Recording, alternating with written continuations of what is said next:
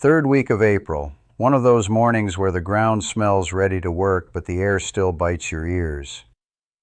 My neighbor Larry pulls into my lane at 7 in the morning in his pickup. That's never a good sign. His case 930 won't start, he says. Corn goes in the ground in 2 days. You know how that goes. Now the case 930 is one of the finest diesels JI Case ever made.